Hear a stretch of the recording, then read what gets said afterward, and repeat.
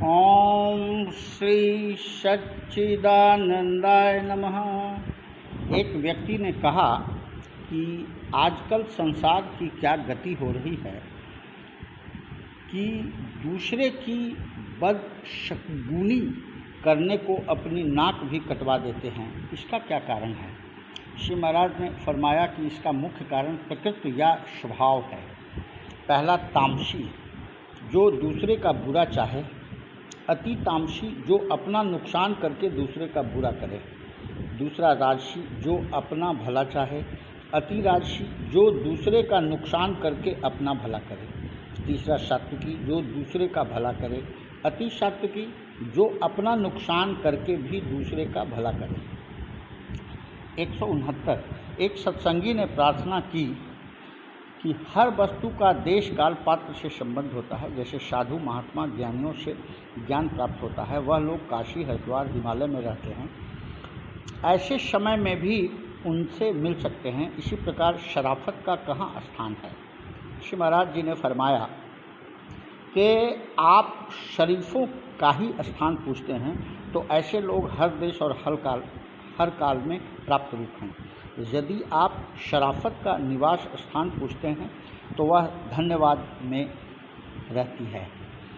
शरीफ हर जगह एहसान का धन्यवाद करता है और इसी से उसकी भले मानसी का पता चलता है। जहाँ धन्यवाद नहीं है वहाँ शराफियत भी नहीं रह सकती। मनुष्य एहसान पर एहसान किए जाए, उसका बदला देना तो दूर की बात है। यदि एहसान के बदले में धन्यवाद भी न किया जाए तो एहसान का सिलसिला कब तक जारी रह सकता है? 170। एक मनुष्य ने सत्संग में अपनी मुसीबतों और दुखों का जिक्र किया कि उनकी वजह से चित्त डामाडोल रहता है, भजन नहीं हो सकता। एक सेवक ने जवाब दिया कि जितने दुखों का आपने वर्णन किया, उन सबसे बड़ा दुख भजन का न हो सकना है। रामायण के सुंदरकांड में हनुमान जी ने श्री रामचंद्र जी से अर्ज किया है, कह हनुमंत विपत्ति प्रभु सोई, जब तब सुमिरन भजन न होई। 171। एक मनुष्य ने अर्ज किया कि न मालूम लोगों ने परमात्मा और खुदा के होने का क्यों हल्ला उड़ा दिया है। संसार के कुल पदार्थों को और मनुष्यों को हम देखते हैं। अगर परमात्मा होता तो वह भी कभी न कभी और किसी न किसी को दिखलाई तो देता। जो देखने का दावा करते हैं वह भी यह नहीं बता सकते कि क्या है और उन्होंने क्या देखा। श्री महाराज ने फरमाया कि दिन में सूरज की रोशनी और रात में लालटेन और दिए के उजाले से पदार्थों को देखते हैं, लेकिन इन सब प्रकार की रोशनी से घट के भीतर का हाल नहीं देखा जा सकता है। उसके देखने के लिए आत्मा की रोशनी की ज़रूरत है। जब आत्मा रूपी शुद्ध प्रकाशेगा तब घट के भीतर का हाल मालूम हो सकेगा। यह जो आपने कहा किसी को तो दिखलाई देता, तो जिसको दिखलाई दिया है उसी से तो परमात्मा के होने का पता चला है। कहावत मशहूर है, ताने बासत चीज के मर्दम न ग्वाइद, यानी जो पदार्थ हो ही नहीं तो उसके होने का जिक्र ही कैसे हो सकता है। जिसके घट में प्रकाश हो गया है, उन्होंने अनुभव किया है, उन्हीं से तो उसके होने का पता चला है।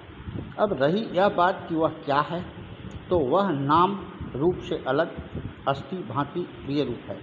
उसके जब रूप ही नहीं तो वर्णन क्या किया जाए, लेकिन उसकी प्रतीति तो होती है।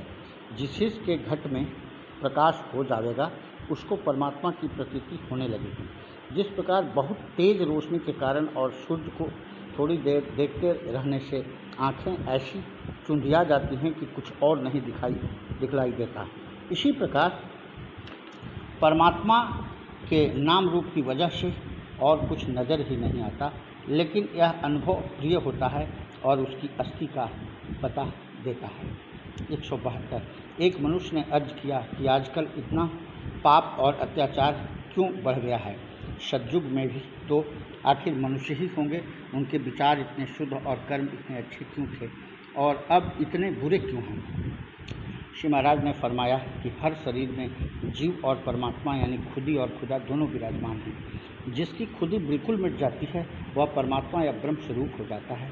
जिसमें खुदी का अंश कम हो जाता है तो उसकी गिनती भले मनुष्यों में होती है। जिसमें खुदी और खुदा समान हो वह साधारण समझा जाता है। उसके कर्म साधारण मनुष्यों कैसे होते हैं। कुछ बुराई है तो कुछ अच्छाई भी जिसमें खुदी बढ़ जाती है वह अहंकारी और दम्भी बन जाता है। जिसमें से परमात्मा का अंश बिल्कुल निकल जाता है और खुदी ही खुदी रह जाती है वह रावण और हिरण्यकशिपु के समान हो जाता है। वह कहता है कि बस मैं ही मैं हूँ, खुदा हूँ तो मैं हूँ, मुझ ही को परमात्मा करके मानो और मुझ ही को पूजो। ऐसे मनुष्यों के व्यवहार और विचारों का वर्णन धार्मिक ग्रंथों में भरा पड़ा है। परमात्मा का अंश घटने और अहंकार बढ़ने से ही पाप और अत्याचार बढ़ते हैं। ऐसे मनुष्य शैतान बन जाते हैं। 173 एक व्यक्ति ने प्रार्थना की कि कल श्री रामायण जी की कथा वाचते समय पंडित जी ने कहा था कि रामायण पढ़ने से अर्थ धर्म काम मोक्ष प्राप्त हो जाते हैं, तो फिर आप योग आदि कठिन क्रिया करने की क्यों आज्ञा देते हैं। श्री महाराज ने फरमाया कि वाल्मीकि रामायण के बालकांड के 5वें सर्ग के 4वें श्लोक में यह लिखा है, तदीदम वर्तस्याभ सर्व निखिल मादितः धर्म कामार्थ सहितम श्रोतव्य मनसूयता। आदि से अंत तक इस सारे काव्य का पूर्ण रूप से गान करेंगे। इसके द्वारा अर्थ धर्म काम और मोक्ष चारों पदार्थों की सिद्धि होगी। अतः आप लोग दोष दृष्टि का परित्याग करके इसका श्रवण करें। पंडित जी ने मुमकिन है किसी जगह रामायण में देखा होगा कि उसके सुनने और पढ़ने से मुक्ति भी हो सकती है। अलबत्ता रामायण में जो अभ्यास के बारे में लिखा है उसका निध्यासन करने से मुक्त होना संभव है। 174 एक मनुष्य ने प्रश्न किया कि भक्ति के 9 रसों की मिसाल देकर बताने की कृपा करें। श्री महाराज ने फरमाया, पहला श्री राम जी और सीता जी का रमन श्रृंगार रस है। दूसरा राजा दशरथ का विलाप करुण रस है। तीसरा शूर्पणखा विकृत हास्य रस है। चौथा लक्ष्मण जी और हनुमान जी के कर्म वीर रस हैं। पांचवा रावण इत्यादि के काम रौद्र रस हैं। छठा मारीच लीला भयानक रस है। सातवां कबंध का वृतांत विभत्स रस है।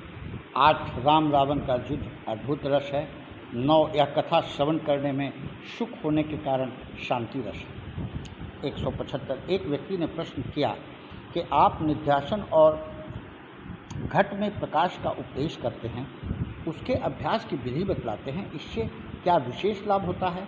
बाहर रोशनी फैली हुई है और नाना प्रकार के शब्द हो रहे हैं, इनको क्यों न देखें और सुनें।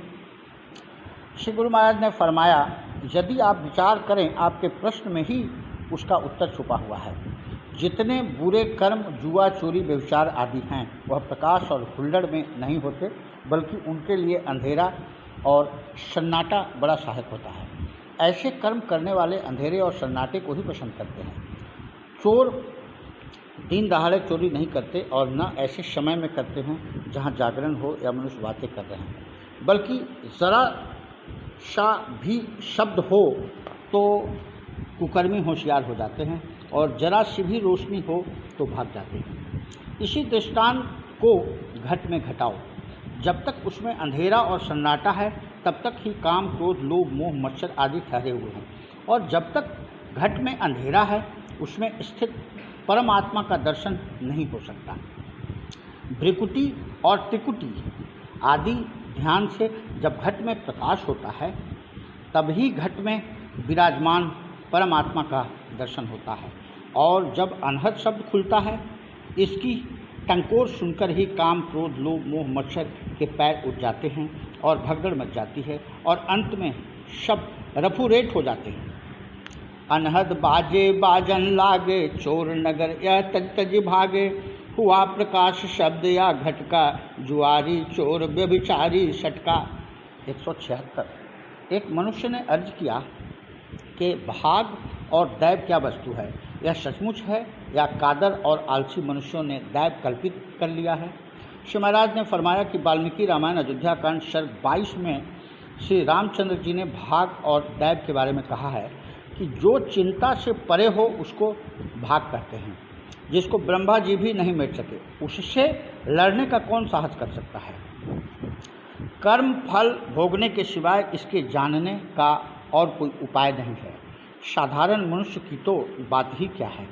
जिन्होंने कठोर तप किया वह भी भाग के वश काम क्रोध में फंसकर भ्रष्ट हो जाते हैं। जिस काम के करने का न तो कभी विचार ही किया जाए और न ही उसके वास्ते कुछ यत्न ही किया जाए, शास्त्र विपरीत हो, इतना होने पर भी वह अपने आप यकायक ही हो जाए, और जिसको विचार करो और वह न हो, बस यही दैव का कर्म समझना चाहिए। बुढ़ापे में राजा तप करने के लिए वन को जाते हैं। स्त्री यदि जाना चाहे तो उसे भी साथ ले जाते हैं। राजा दशरथ ने जवान लड़के को वन जाने का वचन दे दिया। यही भाग और दैव है। अगर कोई कहे कि जब सब बात दैव और भाग पर ही निर्भर है तो साधन की क्या आवश्यकता है, इसका यह उत्तर है कि साधन करने से दैव के विषय में संतोष हो जाता है। 177 एक मनुष्य ने अर्ज किया, जहाँ 4 बर्तन होते हैं खटके बगैर नहीं रह सकते हैं, इसलिए लड़ाई झगड़े आपस में सदा से होते चले आए हैं, लेकिन पंचायत में कैसे आसानी से मामला सुलझ जाता था। न कोर्ट फीस का खर्चा न वकील की फीस। अब तो गरीब आदमी पिट जाए तो भी सर सहलाकर रह जाता है, अदालत में नहीं जा सकता। पंचायत तो खत्म ही हो गई। श्री महाराज ने फरमाया कि पंचायत तब ही हो सकती है जब पंच निरपक्ष हो, रिश्तेदार भाई बंधु मजहबी किसी तरह का पक्षपात इनमें न हो, मुदई और मुदालिया सद्भाषी हों, उन सब का भाव हो कि जहाँ पंच वहाँ परमेश्वर। यह दोनों बातें तो मिट सी गई हैं। न पंच निरपक्ष है और न ही मुदई मुदालिया सद्भाषी हैं। परमेश्वर में तो बहुमत शाही क्या है, इसलिए पंचायत का अब समय ही न रहा। दूसरी बात, अदालतों में कोर्ट फीस की आमदनी घटती है, इसलिए सरकार भी पंचायतों की हिमायत नहीं करती और न उनको कुछ अख्तियारात ही दे रखे हैं, बल्कि जो पुराने अख्तियार बहिष्कार करना यानी हुक्का पानी बंद कर देना, सामाजिक और वाणिज्य अधिकार हैं, बंद कर देने के पंचायत को प्राप्त हैं, उनको भी सरकार मंजूर नहीं करती बल्कि खिलाफ कानून समझती है। तो फिर पंचायत कैसे स्थिर रह सकती है। अदालत में मुकदमा आने से कोर्ट फीस की आमदनी होती है। एक वकील सच को झूठ बनाने की कोशिश करता है, दूसरा झूठ को सच साबित करने की कोशिश करता है। झूठ बोलने वाले मुदई मुद्दालिया और गवाहों के विरोध में कोई कार्रवाई नहीं होती तो जो चाहे भरी अदालत में हल्फ उठाकर कह दे। गवाह मिठाई पूरी खाना खर्चा लेते, मुठों पर ताव देते घर लौट आते हैं। वकील साहबान का ठाठ तो देख ही रहे हैं। मुर्दा नरक में जाए या बैकुंठ में, उनको अपने सफ़ेद या पीले टके से काम है। कोई जिए या मरे, सूथरा घोल बतासे पिए। 178 एक व्यक्ति ने प्रार्थना की कि हिंदुओं में सगाई का काम नाई ब्राह्मणों के हाथ में था।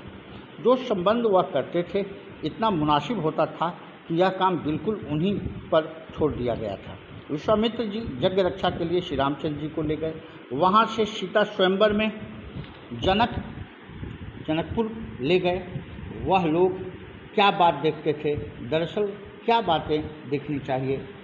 श्री महाराज ने फरमाया कि ब्राह्मण धर्मात्मा, ज्ञानी और अनुभवी होते थे। अपनी सूक्ष्म दृष्टि से भूत, वर्तमान और भविष्य का हाल जान सकते थे और नई सामुद्रिक विद्या में प्रवीण होने से ऊपरी बातें और लक्षण समझ सकते थे और लक्षण समझ सकते थे। जिस प्रकार और सब बातों में परिवर्तन हो गया है, उनमें भी लोभ मोह के कारण तब्दीली हो गई है।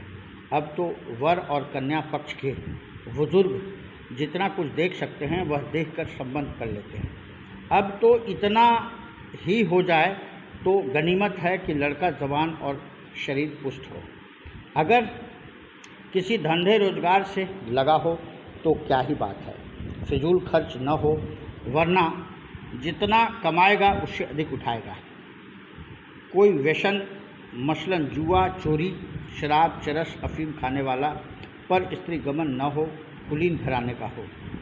विवाह द्वारा दो अनजान जीव मिलाए जाते हैं। विवाह होते समय तक उनको यह पता नहीं कि आइंदा क्या करना है। गोया उनका आगामी एक अनजाने समुद्र की यात्रा के समान है, जिसका हाल जहाज के कप्तान को ज्ञात नहीं। ज़रा सी असावधानी से जहाज और सब सवारियां नष्ट हो सकती हैं। इसलिए ऐसा वर हो जो सावधानी से जीवन निर्वाह कर सके। स्त्री की मोहनी शक्ति ही इसका बल है और पुरुष का बल ही इसकी मोहनी शक्ति है। स्त्रियों का स्वभाव कुछ विचित्र होता है, इसलिए पुरुष इतना क्षमावान हो कि स्त्री के दोषों पर अधिक ध्यान न दे, बात बात पर काएं न करे। चश्मपोशी बड़ा गुण है, बल्कि स्त्री के सदाचार और गुणों की तरफ ध्यान रखे। बहुत विषय न हो, अधिक विषय से प्रीति घट जाती है और उपरामता बल्कि घृणा उत्पन्न हो जाती है। स्त्री में क्या क्या गुण होने चाहिए वह तो श्री रामायण जी तथा अन्य ग्रंथों में भी लिखे हैं। उसका पतिव्रत धर्म ही एकमात्र ऐसा है जिसके समान और कोई गुण नहीं देख पड़ता। स्त्री के लिए मौन, शांति और शुद्ध आचरण ही बहुमूल्य गहने हैं। रावण के मारे जाने के बाद जब देवता लोग भी श्री रामचंद्र जी की स्तुति करने आए थे, तब दशरथ महाराज भी आए थे। उन्होंने सीता जी को यह उपदेश किया, न त्वं कामं समाधेया भर्तिषु शुश्रणं प्रति अवश्यम तो मया वाच्यमेष ते दैवतम परम। वाल्मीकि रामायण युद्धकांड सर्ग 119 श्लोक 37। पति सेवा के संबंध में भले ही तुम्हें कोई उपदेश देने की आवश्यकता न हो, किंतु इतना तो मुझे अवश्य बता देना चाहिए कि ये श्री राम ही तुम्हारे सबसे बड़े देवता हैं। 179। एक सत्संगी ने अर्ज किया कि मैं सरकारी मोटर ड्राइवर हूँ। जिस अंग्रेज की सवारी में मोटर है वह कड़े स्वभाव का है, हर समय खुर खुर करता है, जरा भी चूक हो तो गाली गलौज कर उठता है। यह सरहदी इलाका है, लड़ाई का मौका है, किस किस का ध्यान रखा जाए। होश उड़ रहे हैं, दिन में भी डर लगा रहता है। पठान दिन या रात में भी किसी समय भी चलती मोटर में गोली का निशाना न बना दे। सबसे आगे मोटर ड्राइवर ही होता है। मैं तो इस्तीफ़ा देना चाहता हूँ, मगर युद्ध के कारण इस्तीफ़ा मंजूर न होगा। यदि भाग जाऊँ तो फिर पकड़ा गया तो कोर्ट मार्शल होगा, सज़ा होगी। क्या करूँ, कुछ समझ में नहीं आता। श्री महाराज ने फरमाया कि सारथी का काम बड़ी होशियारी और जिम्मेदारी का काम है। युद्ध भूमि में जय अजय प्राप्त होने में सारथी का बहुत हाथ होता है। सारथी अच्छा हो तो योद्धा को बड़े बड़े कष्टों से बचा लेता है। महाभारत में अर्जुन की विजय का सबसे बड़ा कारण यह था कि भगवान श्री कृष्ण उसके सारथी थे। जिस प्रकार गुरु अपने चेला की देखरेख रखता है और अशुभ से बचाकर उसको निकालता और शुभ में प्रवेश कराता है, इसी प्रकार सारथी को समझा। इसकी बड़ी जिम्मेदारी है। रास्ता चलते किसी भय के स्थान में मोटर को हल्का कर दें या ज़रा डर हो, जहाँ डर हो वहाँ से बचाकर न निकले तो ड्राइवर और सवारी दोनों की जान जोखिम में हो सकती है। सारथी को अनेकों बातों पर दृष्टि रखनी चाहिए। देश काल का ज्ञान, शुभाशुभ लक्षण, संकेत, दीनता, हर्ष, खेद, रथी का बल अबल जानते रहना, रास्ते के ऊंचे नीचे स्थानों को देखना, सम विषम, टीला, पहाड़, गड्ढा, इसका ज्ञान, युद्ध का समय जानना, शत्रु की कमजोरियों को देखते रहना, किस समय शत्रु सम्मुख या शत्रु के अगल बगल में रथ को ले जाना चाहिए, किस समय पीछे हटना या भगना चाहिए, कब शत्रु के मुकाबले पर ठहरना चाहिए, कब शत्रु के पीछे खड़ा रहना उचित है। घोड़ों का रथ हो तो यह ध्यान रखें कि घोड़े बहुत थक तो नहीं गए।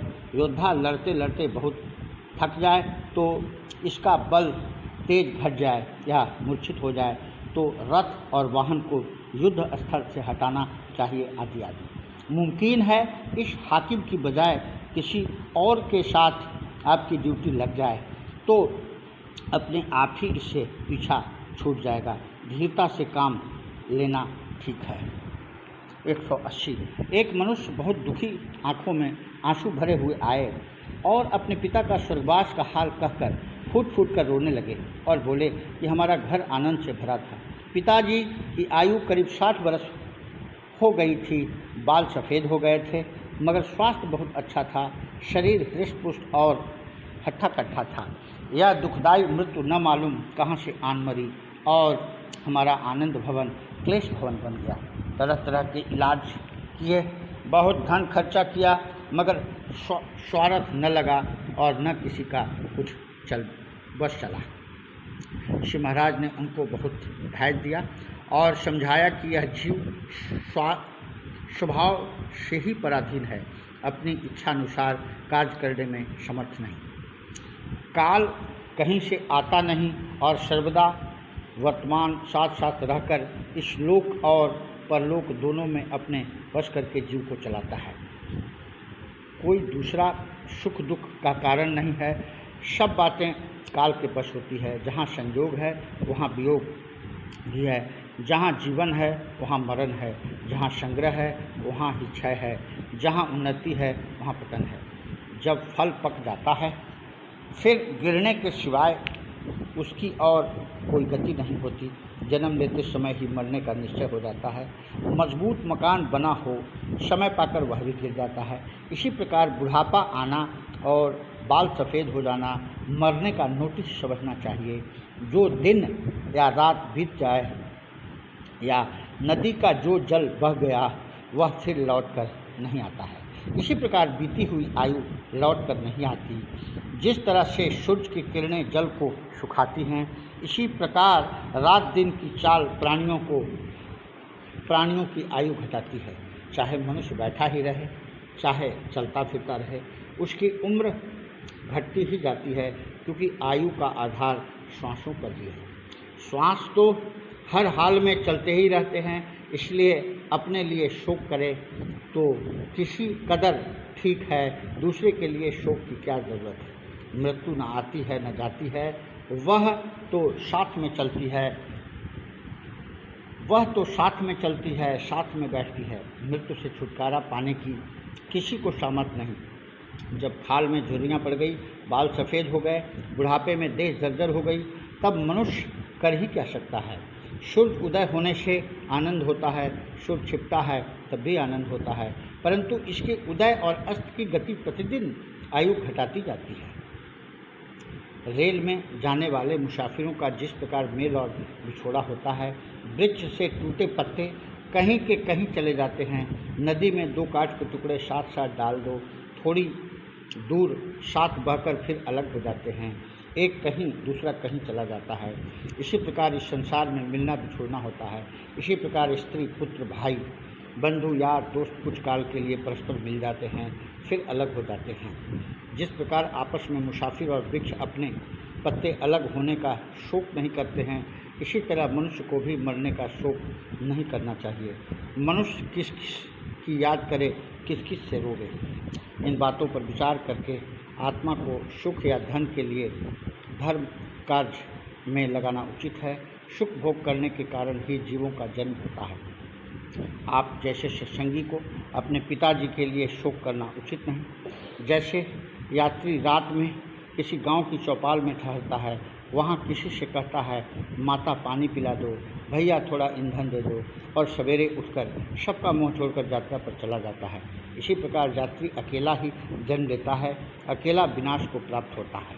यह हमारा पिता है, यह हमारा पुत्र है, ऐसा मानकर जो मनुष्य इसमें आसक्त होता है उसको मतवाला समझना चाहिए। विचार करके देखने से कोई भी किसी का नहीं है। थोड़े समय का संबंध है, ज्ञानवान इसमें आसक्त नहीं होते। पिता तो एक देह का कारण मात्र है। ऋतुमती माता के गर्भ में इकट्ठा होकर मिला हुआ रज और बीरज जीव के जन्म का कारण बन जाता है। आपके पिताजी वहीं गए हैं जहां उनको निश्चय ही जाना था। प्राणियों की प्रवृत्ति इसी प्रकार है। 181। एक मनुष्य ने प्रश्न किया कि पड़ोसी और सुहृद तथा बंधु में क्या अंतर होता है, उनके साथ हमारा क्या कर्तव्य है। श्री महाराज जी ने फरमाया कि पड़ोसी तो बैरी भी हो सकता है, सुहृद और बंधु भी होता है। जहाँ तक हो सके पड़ोसी से मेल मोहब्बत रखना अच्छी बात है। वजह यह है कि आजकल चोरी आदि हर आपत्ति के समय पड़ोसी जितनी सहायता कर सकता है इतनी दूर रहने वाला मित्र और भाई भी नहीं कर सकता। जीव पद में पड़े हुए और दीन भावापन्न लोगों के ऊपर दया करके और प्रत्युपकार की इच्छा रहित जो उपकार करे वह शुद्ध है, और नीति के मार्ग से चलायमान होने पर भी जो सहायता करे वह बंधु है। जैसे कुंभकर्ण जानता था कि रावण ने सीता जी को हरा है और रावण को समझाया कि तब भी रावण न माना। इतना होते हुए भी रावण को दुखी देखकर अनीति का आचरण करता जानकर भी रावण के वास्ते लड़कर कुंभकर्ण ने अपनी जान दी, यह मद होता है। जटायु बिना किसी प्रत्युपकार की इच्छा के रावण से लड़कर मारा गया, यह शुभ हृदयता है।